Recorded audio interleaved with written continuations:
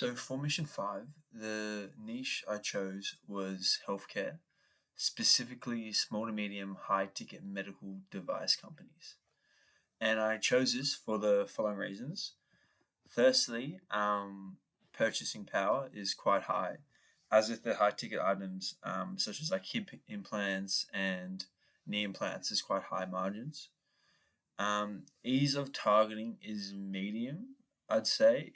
Uh, Medium difficulty if you as long as you ensure you're not giving healthcare advice. However, some knowledge of the industry would go a long way, which I'll talk about in a sec. Their need for automation can be in a couple different ways. Firstly, for pre-sales and product question support, lead generation, and also appointment booking. And the market size is quite large. In terms of industry knowledge, I'm currently completing a degree in biomedical engineering, so in a similar field, and I've completed a couple internships at these medical device companies. So I feel like that will help me having a little bit of industry knowledge within that uh, market. So then, what is my compelling offer, and why did I structure it this way? Alright, so the deliverable of this offer is lead generation chatbots for small to medium high tier medical device companies.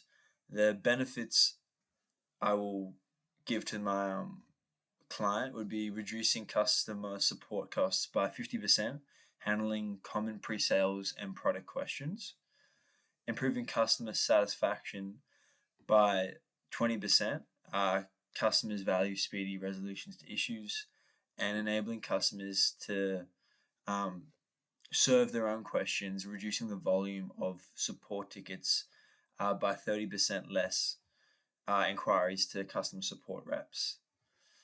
In addition, one extra client generated from this chatbot for an artificial hip or knee per every 3 months would more than sufficiently cover the cost. For the pricing, I would normally price at $1,000 setup fee and a $400 monthly continuing rate. I chose this pricing as the common practice seems to be in this industry seems to be about $1,500 with about a $600 monthly fee. So I wanted to undercut that just slightly, as I wouldn't have that much experience, with the potential then to increase my price as my experience gains. And the guarantee I would have would be to waive the setup fee for these initial clients, and waive the first, I reckon, between 1 to 3 months, depending on the business, just to show them that I'm willing to take on all the risk and allow them to take pretty much no risk besides like an hour of their time. So how did I build my chatbot? Firstly, I used Chatbase, and to do so, I got the websites of the company and all their different URLs. I also found PDFs on hip and knee implants that I uploaded to that as well, and I customized the start question.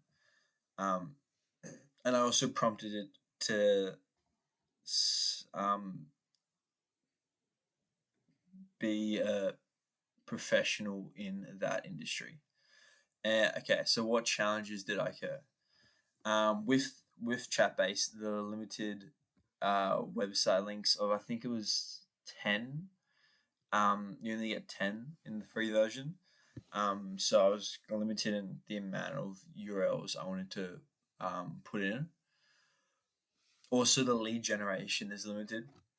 Unlike VoiceFlow, when you can kind of get it to prompt for an email, I can't do that in Chatbase. So the goal is to further expand and build a bot in VoiceFlow to kind of experiment and see how that process is. What kind of demand do you think there is for chatbots to interact with their own businesses and industry-specific data? I'd start saying the need is very high. And from my perspective, the demand is mixed because a large portion of businesses can't see the benefits due to the resistance to change or misunderstanding of exactly what the benefits are. However, once they kind of understand this, it seems in a lot of these case studies that then the demand for such a service is quite high.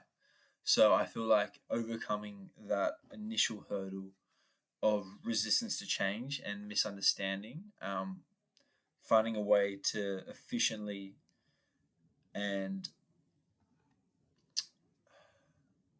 almost kind of quickly do that on a continual basis would be the biggest hurdle. And how long do you think the opportunity for AI automation agencies will last? Well, my short answer is at least a decade, if not more. Currently, there are a magnitude of different ways AI can automate business processes, and this will only increase as AI capabilities improve. Um, However, in terms of purely chatbots, I'd say the opportunity time is unknown. As from my perspective, on doing some research, there is likely a chance that in the future there will be a software that can completely tailor a chatbot to a business without the need of a consultant from a automation agency to build it and service it. However, as previously mentioned, there will continuously be more different services you can provide to a business. And especially with existing clients and knowledge of the industry, offering new services to these clients with clear benefits will be straightforward. In addition, in terms of looking for a long-term, sorry, in addition, in terms of looking for a long-term career with knowledge of the industry, it seems like a lot of these people are currently then making SaaS products, software as a service, and then offering these products to the initial customer base. What was I? Yeah, making SaaS products. Yeah, and that seems to be I know Lee Motley seems like he was doing that, and I saw a couple other guys developing some type of software, which is a good kind of goal to have after a year or two in the industry, as it can really, I guess, help you achieve true RVC, as you're then able to build with your knowledge in the industry, build a digital product, then you can kind of once built, sell quite high for either a monthly subscription. Okay, and final question. What do you think will be the greatest challenges to scaling your agency after you've landed your first few clients?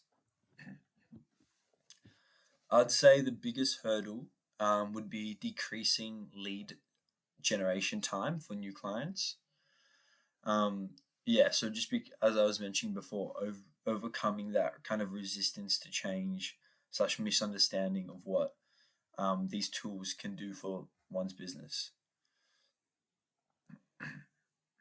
I'd say the second hurdle would be ensuring once clients understand the benefits, ensuring that the clients stay with you for your chatbot and any other existing products you're offering, rather than doing it in-house or discovering or finding softwares where they can do it themselves for a fraction of the cost. And then thirdly, this is more kind of looking into the future, but if the market starts to become quite diluted, ensuring that then you have a competitive advantage with your agency that kind of stands out from the rest, which at the moment I'd say would be kind of niching down to a quite very specific niche. But yeah, that was my mission 5.